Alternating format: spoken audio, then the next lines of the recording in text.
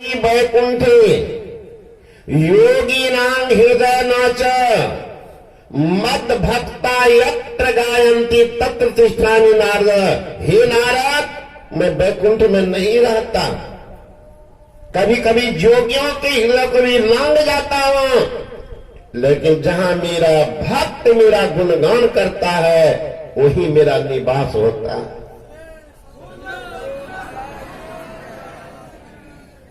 इसका मतलब भगवान श्री कृष्ण भी है, भगवान श्री कृष्ण भी भगवान शंकर से उनकी अर्धांगिनी पार्वती पूछती है कि संसार में सबसे बड़ा सुख किसमें है? एक ही बार समेट कर बोलिए, सबसे बड़ा सुख। भगवान शंकर क्या कहते हैं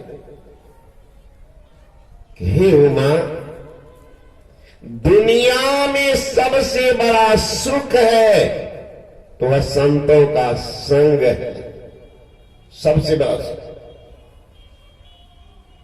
अब भगवान लगा दो सत्संग भी सबको नहीं मिलता, उमा का तब जिन पर राम की कृपा होती है, ऐसे कृपालु व्यक्ति का सत्संग नसीब भी होता है ना, उन्हीं को।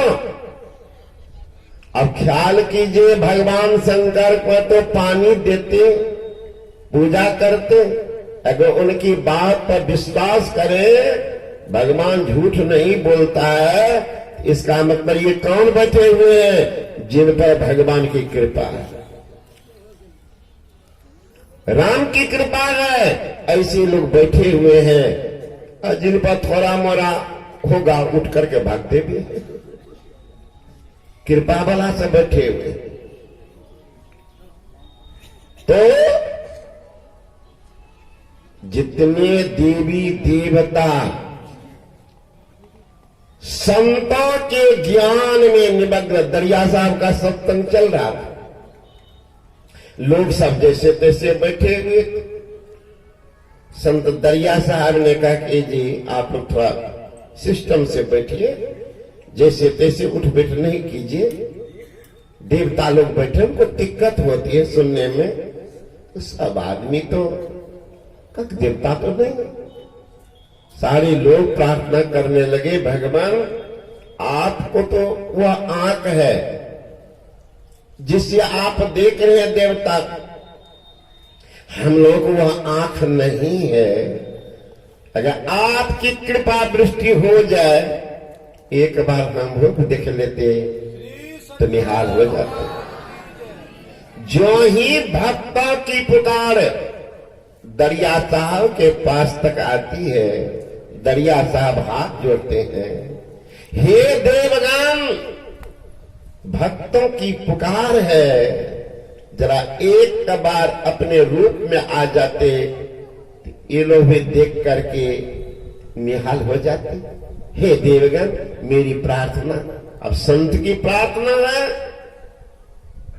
संत की प्रार्थना, लेकिन भगवान श्री कृष्ण कह रहे हैं, जो जन ऊधो मोही न बिसरे, ताही न बिसारू छिन एक घड़ी, और जो मोही भजे भजो में वाको, कल न परत नहीं एक घड़ी, काटो जन्म जन्म के फंदा, राखो सुख आनंद करी। जो जन उधो मोही न बिसरे, ताही न बिसारू छिन एक घड़ी, जो मोही भजे भजो में वाको, कल न परत नहीं एक घड़ी। जब ऐसे भगवान का वादा है, संत कह रहे हैं, हे देवगण, जरा सबको दर्शन दे देते। इतना कहना था कि पंडाल में सारे देवता उठ उठ कर रूप में खड़े हो गए। सारे भक्तों ने दर्शन किया, जीवन को संभाला। तो अब सोच सकते हैं, इस सत्संग कोई माया की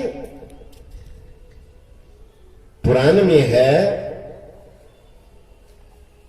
कि सत्संग में जाने मात्र से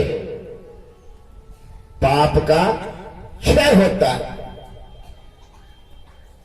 अनक्षत्रे कृतं पापं पुंक्षत्रे विनश्यति, पुंक्षत्रे कृतं पापं वज्रादपि न नश्यति। कहते अन्य क्षेत्र में, यानी जहां सत्संग नहीं हो रहा, देवालय नहीं या कोई महापुरुष नहीं है, वहां आपसे भूल भरम हो गया, पाप कुछ बन गया, तो कहते पुण्य क्षेत्र में जाने मात्र से पाप का क्षय होता है, यानी पाप का नाश हो जाता है। लेकिन पुण्य क्षेत्र में आकर के कोई पाप करता है तो कहते उनके पाप पर कहीं वज्रपात हो जाए फिर भी पाप का नाश नहीं होता है, अब भोगना पड़ता है। कपाल धुन धुन करके कि बाबा रोज ध्यान करते भजन, फिर भी कहां से, कुछ बात तो जरूर है। इसलिए शुद्ध मन से संतों के ज्ञान का अर्जन करना चाहिए, शुद्ध मन से। अब मन में कपट है और सिमरनी हाथ में है तो भगवान को यह पसंद नहीं। हाथ सिमरनी, पेट कतरनी, अब पढ़े भागवत गीता, हृदय शुद्ध किया नहीं बोले, कहत सुनत दिन बीता, जग में नाम भजा सो जीता। हाथ में तो सिमरनी है, पेट में कतरनी। हाथ सिमरनी, पेट कतरनी, अब पढ़े भागवत गीता, हृदय शुद्ध किया नहीं बोरे, कहत सुनत दिन बीता, जग में नाम भजा सो जीता। हाथ में तो सिमरनी है, पेट में तो क्या।